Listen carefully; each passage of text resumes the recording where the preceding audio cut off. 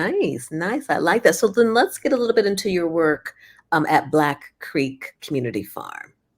So after hosting many of those supper clubs, I actually got a job in the largest culinary program in Toronto. I worked there for 7 years as a culinary professor, and I taught a variety of cooking classes, but I also taught a lot of the classes around sustainability. I taught classes around the slow food movement, Mhm. and the theoretical classes that I thought are important to me, because when I think about food, I think about food sovereignty, which Right. is the right for people to be able to grow food, to be able to have a land to grow food that is culturally appropriate, food that is agroecologically sound, and for them to be able to determine how to produce it and also distribute and consume their own food. That's the principle around food sovereignty. Because I already had done studies around that area, and I went to university for political science, for a master in environmental studies. I've always had a fascination with plants, because as a chef, I've always been curious, like, can I eat this part of this plant? Why do we throw this? So this constant curiosity led me to develop a broader understanding on food consumption.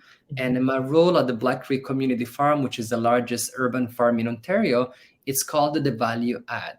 Okay. Or when somebody said describe it to me, I'm the developer of microeconomics. Nice. So because I do food botany and I do studies around botany, I make recommendation to the farmers in the community at large how much to be able to consume of a plant, when are the best times to take these parts of the plant, and then being able to create a shelf-stable products that are also culturally diverse. Actually, we have a box now that we are waiting to sell for the holidays, made out of 6 items that commonly will have gone into compost. So we made pickled zucchini stem relish. Mm. So people, they will never think about consuming the stems or the leaves of the zucchini. They tend to eat the gourd or the flower. Wow. We were able to make a smoked sumac salt.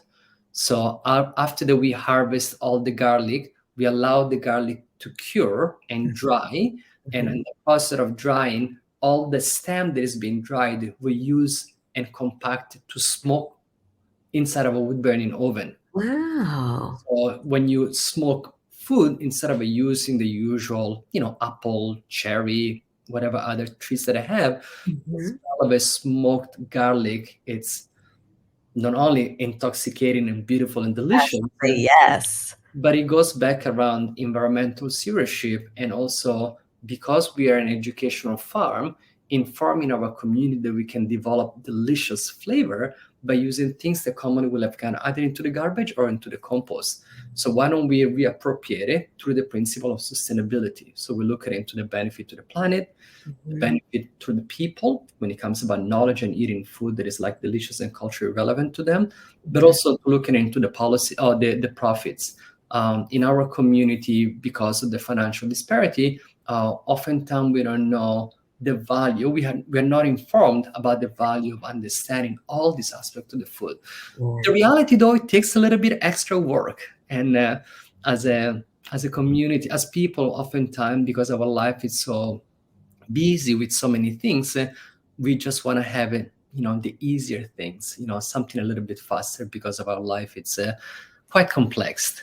Wow. And like you said, we're so used to just the basic things. So I'm going to take this, cut the stem off, boom, toss it and move on. But here you are just saying, nope, there's something you can do with that. It's more than what you think it is. So, Yeah, and if you imagine, Sheree, imagine going to a restaurant and tell me which one do you want to connect with. A chef that comes to you and tells you the 6 different parts of a plant, and this is how we prepared it. And we use 5 different cooking techniques: smoking, poaching, pan frying, searing, out of 1 or 2 plants. And for you to listen how the farmer have grown that food, how mhm, Black farmers have grown that food, and then apply ancestral knowledge and adding also ingredients mhm, from our own cultural background. So I really love here in Southern Ontario, because of the climate here in Southern Ontario is very similar to Northern California. So when I've done my research with the Ministry of Agriculture, we found out that 70% of the world food at optimum season can grow in Canada. So Oh, to my excitement this year for my research, I actually grew sesame. So I have a pound of sesame seeds. A lot wow. of people might not understand the intricacy for us Black people to grow food that is a culturally our, but at the Mhm. same time, the yield that I was able to get it and being able to share with the members of our community, not Wow. only the knowledge, but also those seeds for them to be able to grow them in their own home, providing them also the knowledge on the how to. So that's the powerful thing that food does. Not only it provides us sustenance, but the amount of knowledge and the storytelling and acknowledging that our ancestor Mhm. have really shaped and paved the road for us. Absolutely. Now, if you don't mind me asking, how are you passing this down to your kids? You know, my kids are really spoiled. They've always been around me with food. I wrote a love letter to my youngest daughter a couple years ago, and it was on this local food magazine. And there was an element of a guilt, and I asked her for permission if I could write about it because many chefs, we spend a lot of the time caring for somebody else. Mhm. And this narcissistic aspect of seeking for validation through somebody else. I haven't seen my daughter for many nights, you know. By the time that I will go home, she'll be sleeping. I'll try to cuddle and kiss her. And then in the morning, she runs to go to school, and I'm going to go my way to work. So I live that kind of a life with my kids for quite some time. But we always made time on Sunday. Okay. So Sunday was our time to cook together. Many nights also, you know, because I've changed, you know, for the past 7 8 years I haven't been really running kitchen per se, so I Mhm. spend a lot of my time cooking with them and telling them stories about their grandmothers. My son, you know, can hold his own a little bit, you know, he's 24 years old, a little bit, he can do a few things. But my daughter is really the gourmand. My son is not very adventurous, he loves his food, but my daughter Lula, she's the gourmand of the family. And she not only she's very adventurous, she's very playful, she loves baking as well. Okay. I speak a lot around eating food that is a culturally our. My kids, they understand that their right and the responsibility within the food system right here. My kids are also learning to boycott a lot of restaurants and a lot of fast food chains because they understand the impact on their health and the impact on the environment as well.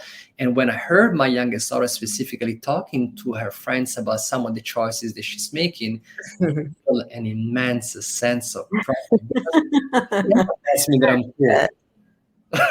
I bet.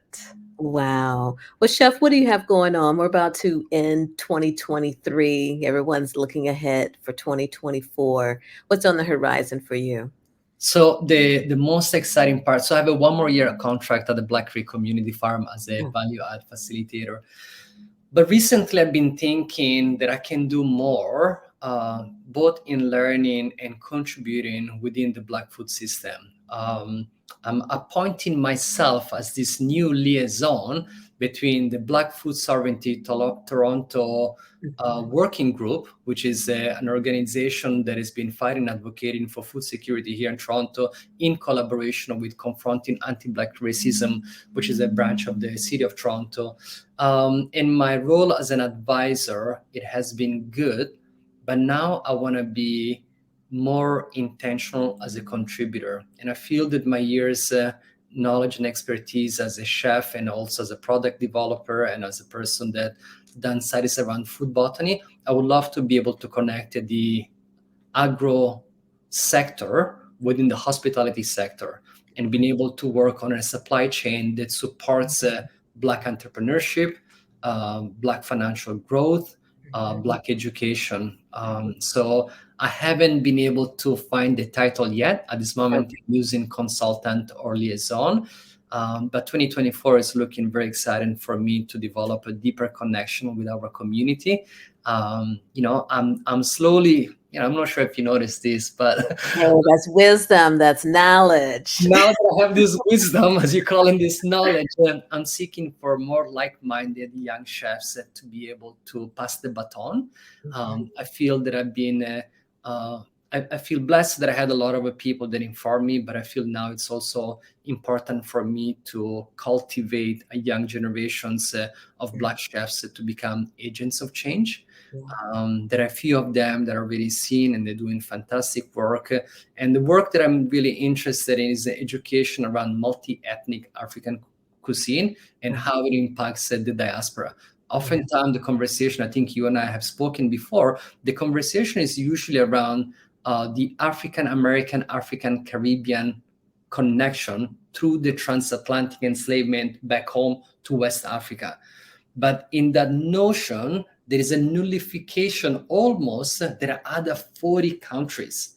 So people they know around Togo, Benin, Senegal, Ghana, Nigeria, Niger, those countries right here, maybe Morocco, but there are many other countries that make delicious food. So I want to continue doing the work around showcasing the contribution of a multi-ethnic African food from the continent, which is a bit different from the diaspora, but this connection is so beautiful, and I really want to be able to build on top of that. Awesome, awesome. How have you been able to connect with a lot of other African chefs and just share just just have some of those conversations? Yeah, we are having good conversations at this moment here in Toronto with other African chefs. African chefs in general, I would say, but those ones specifically here in the diaspora. Many of them have never been in the continent. Many of them haven't had the chance to explore many other countries in the continent. So the food that is commonly known might be West African food. So now the conversation is like, how can we reimagine African food and being able to use language to claim regionality or states or nations, right? And then how we can go deeper in looking around locality. So the food that you might consume in California, where you are right now, maybe close to Napa Valley, might be significantly different from the food that might be in the northern region or further south. So to me, it's like informing not only around the diversity of our own food, but then trying to engage our community to ask and demand for more produce that can grow right here that come from our country. So for now, I'm doing a lot of research around tiger nuts. So now, Ontario, also where we are right now, is the largest farming community of peanuts. Wow. So we grow more peanuts here in Southern Ontario than many of the provinces and territory put together. So I want to engage and foster a conversation with those multi-ethnic African chefs in really asking and demanding to grow food by our community, food that is culturally and relevant to us. Awesome, awesome. We will definitely be staying in touch with you just to see how that continues to progress, because this is an exciting time for the continent. So more great things to come. So thank you so much for this conversation. Chef Bashir, tell everyone how they can find you, how they can connect with you, how they can follow your work. Absolutely. You can find me on Instagram at Chef Bashir, Bashir. You can also follow my agency called Quell, Quell, Quell Now. It's the agency that promotes the work that I do. And you can also check my website at bashirmunye.com.